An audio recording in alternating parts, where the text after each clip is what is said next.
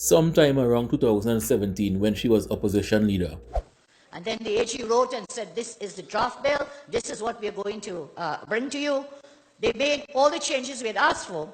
The only thing that is stuck on, which is still the sticking point, was what is known as the sunset clause. Let's pause for a moment so I can explain what she was talking about and what is a sunset clause. In 2017, the PNM was trying to pass the anti-gang bill.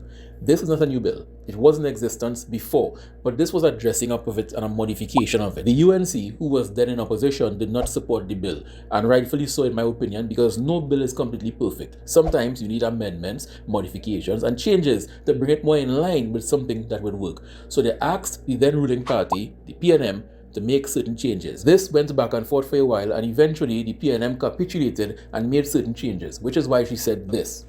And then the AG wrote and said, this is the draft bill, this is what we're going to bring to you. They made all the changes we had asked for. Which is how democracy is supposed to be. Not because you are the ruling government means you can just pass bills. In certain scenarios, you need the opposition support, and that will require amendments and changes to be made. The only thing that is stuck on, which is still the sticking point, was what is known as the sunset clause. But what is a sunset clause and why is it important? Well, humans aren't perfect. Even people in government. Sometimes you make a mistake, you pass a bill that is overreaching, but then to repeal that bill, you have to go back to parliament and you may not have the support of the opposition of the day to repeal that bill. A sunset clause is essentially an automatic timer that repeals that bill automatically after a period of time. And because the anti-gang bill was a far-reaching bill allowing police officers to detain persons just based on suspicion of being in a gang, you could see how that can go left quick. So the opposition wanted a sunset clause in case shit goes left. As it often does, the bill will automatically repeal itself after a period of time. But what could possibly go left? Well, she said it herself. Now, why is that sunset clause so important? It is important because you cannot give this kind of power to the law enforcement officers for a great length of time. We were saying come back in 2 years so the parliament can scrutinize what has happened. If it worked, fine, we renew it. If it doesn't work, it is not renewed. Take 2 years. They had asked for 5 years. We had suggested 18 months. We came down, we said, okay, 2 years. Yes?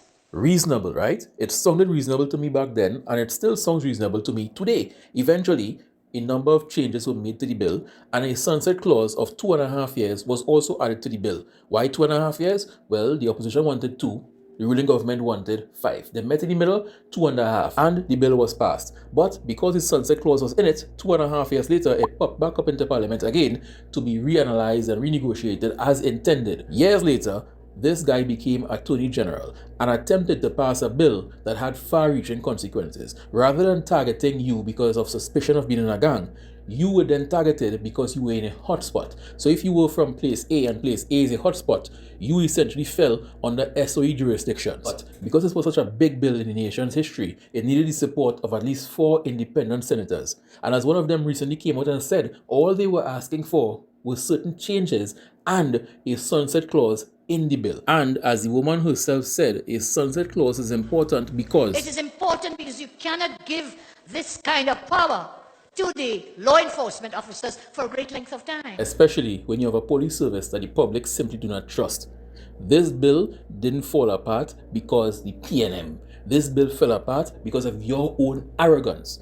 They asked for certain amendments, and rather than even considering the possibility that you're not perfect and you didn't think of everything, you rejected it. No amendments, no sunset clause, it passing as is. And when it failed, all of you kicked down the toys, folded your arms, and run in the corner. Humph, I ain't talking to nobody. Arrogance killed that bill. And if you took nothing else away from this video, I want you to remember the same person who was just trying to get the power to indefinitely call an SOE anywhere she felt like it, once had this to say when she was in opposition. Because you cannot give this kind of power to the law enforcement officers for a great length of time. And lastly, to the extra slow ones at the back of the short bus, remember, there's nothing in law currently stopping the TTPS from going into a certain hotspot or next to a drug block and just parking up.